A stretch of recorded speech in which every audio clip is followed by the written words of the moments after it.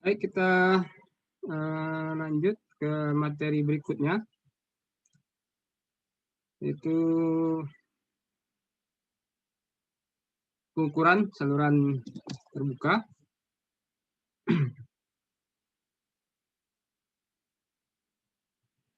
Jadi secara umum, cara pengukurannya itu terbagi dua, contacting measurement dan non-contacting. Jadi pengukuran secara langsung, kontak langsung, dan pengukuran tanpa kontak langsung. Nah, ini pengulangan misalnya itu ialah ada terbagi dua, yang dibuat manusia dan juga yang alam, alamiah. Kita lihat metodenya, metode yang bisa kita pakai untuk bagaimana cara kita mengukur sebuah, kalau minta nanti mengukur berapa sih debit sungai atau berapa sih debit aliran parit tersebut. Ini cara mengukurnya. Yang pertama ada yang disebut dengan time gravimetric. Jadi konsepnya sederhana. Kita hanya butuh stopwatch dan sebuah tempat yang kita sudah tahu volumenya. Jadi air itu kita tampung ke sana dan kita masukkan ke dalam bejana tadi. Nah, nanti kita hitung berapa waktu yang dibutuhkan bejana itu penuh. Ya, kalau kita kan tahu debit itu kan satunya meter kubik per detik.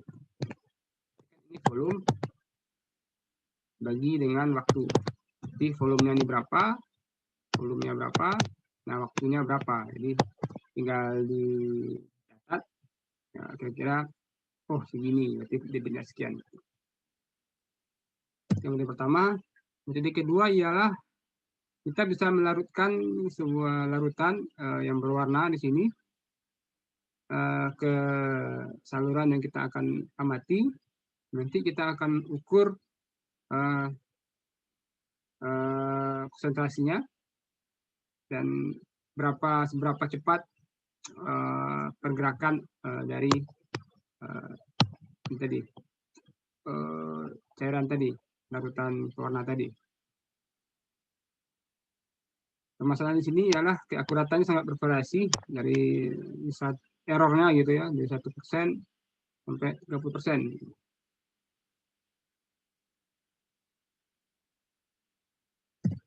Lalu cara berikutnya ialah dengan kita menentukan luas penampang dan kecepatan.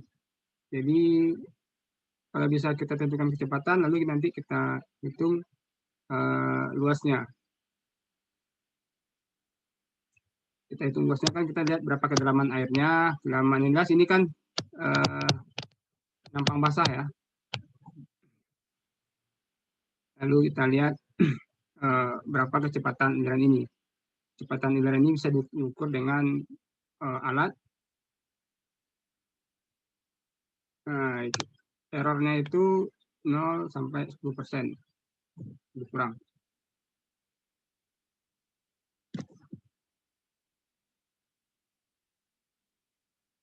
Lalu ada yang dibuat seperti ini.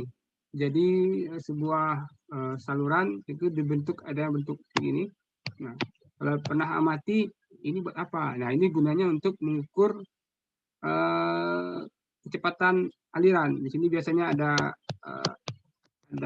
notasi kedalamannya 2, 3, 4. Jadi ketika sebenarnya ini kan sudah diketahui nih, sudah diketahui berapa ininya, lebarnya berapa gitu. Nanti si surveyor tinggal lihat, oh airnya pada kedalaman berapa, berarti kecepatan debitnya sekian gitu.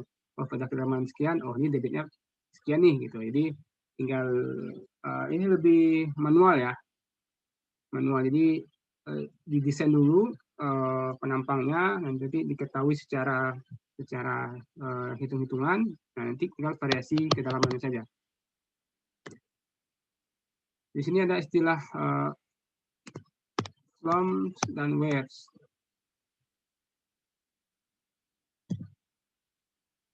Nah, ini juga yang tadi, jadi ini disebut dengan waves, limpahan. Lalu flum itu yang ini tadi, yang ini. Flum Yang where-nya itu yang ini, yang where limpahan. Limpah itu banyak cara, banyak penampangnya. Ada yang bentuk V, ada yang seperti ini, yang ya, yang tadi di tugasnya itu kan kayak di bendungan, ada yang datar saja kan. Nah, ada yang bentuk V, ada yang lingkaran ya, tergantung kegunaan yang diharapkan oleh si desainer. Lalu yang berikutnya ialah dengan ultrasonik. Jadi mirip dengan yang sebelumnya, tapi ini non contacting, artinya ada sensor yang baca kedalaman air di sini yang terhubung dengan sistem, nanti tinggal otomatis kebaca gitu.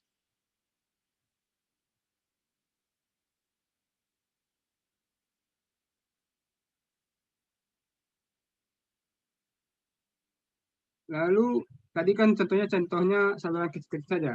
Bagaimana caranya kita untuk menghitung kalau pada saluran yang sangat besar gitu. Ini measure how to measure large channel, saluran yang besar. Kan nggak mungkin kita pakai yang kayak gini, kita suruh mengukur sungai misalkan. Kan nggak mungkin kita buat bendungan dulu gitu. Atau kita ukur satu-satu kayak gini, masuk ke sungai gini, kan nggak realistis lah. Gimana cara kira-kira? Ada yang bisa bantu jawab?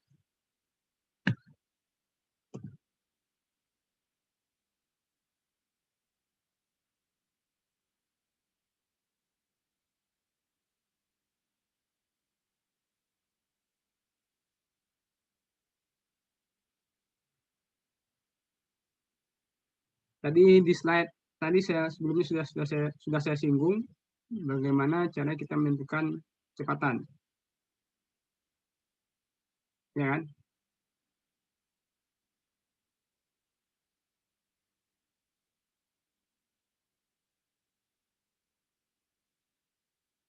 Nah, ini ada studi kasus di mana nih? Di Afrika, yaitu mengukur aliran sungai ini. Nah, seperti konsep yang tadi, jadi sungai itu kan ada yang ada disebut dengan bangtok, pinggiran, terus ada streamnya, bagian dasarnya, lalu stream water surface-nya bagian pembukaan airnya. Nah, kecepatan aliran ini pasti kan berbeda-beda ya. Ini penjelasan teori ya. Ini. Nah, ini kecepatan di sini kan berbeda-beda. Bagian dasar dan pinggir itu biasanya kecepatannya lebih rendah. Ini juga, nah yang merah ini yang kecepatan tinggi. Ya, alasannya itu tadi ini ada gesekan. Nah, sebelum dapat ini, bagaimana cara mereka mendapatkan seperti ini? Nah, caranya ialah kita bisa pakai konsep dengan seperti ini.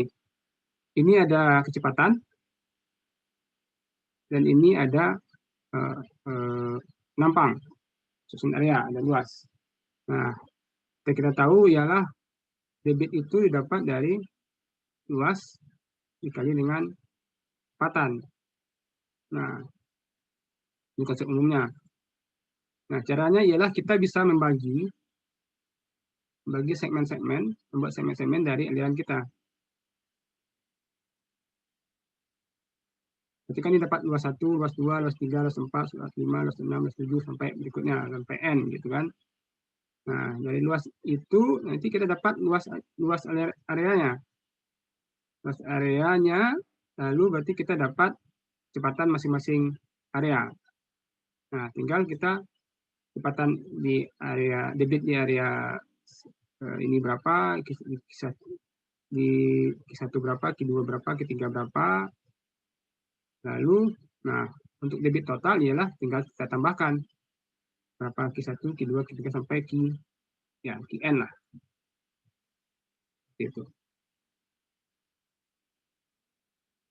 alat ukur yang kita gunakan untuk mengukur kecepatan ialah dengan ini, salah satunya dengan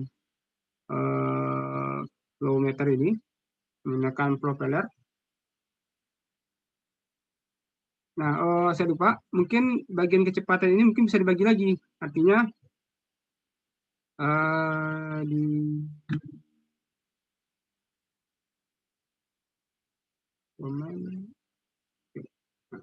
artinya seperti yang saya bilang tadi, kita jangan mengukur hanya di bagian ini aja. Jadi kita ukur di bagian bawah. Ini juga mungkin begitu tiga titik gitu. Karena di masing-masing ketinggian itu kecepatannya berbeda gitu. Nanti kita ambil kecepatan rata-rata di rata-rata. Nah, rata-rata ini masuk nanti ke debitnya. Tinggal kita totalkan. Nah, kita mengukur dengan ini, propeller ini, yang sistem propeller. Jadi tinggal kita tambahkan di sini. Ini jenis-jenisnya. Nah, ini.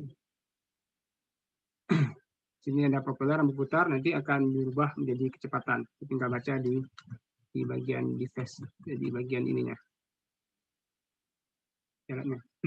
Seperti itu. Ada pertanyaan?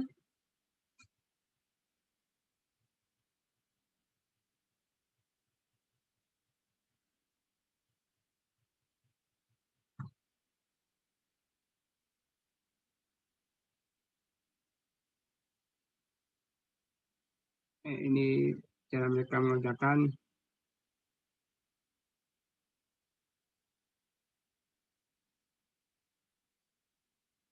Nah, ini.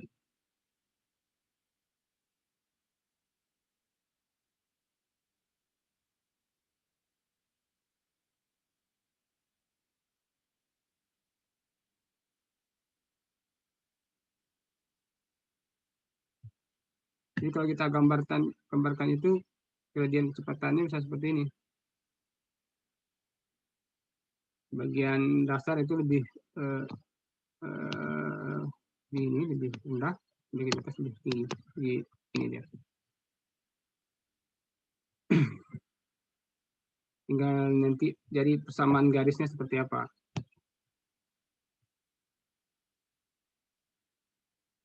Kira-kira seperti itu.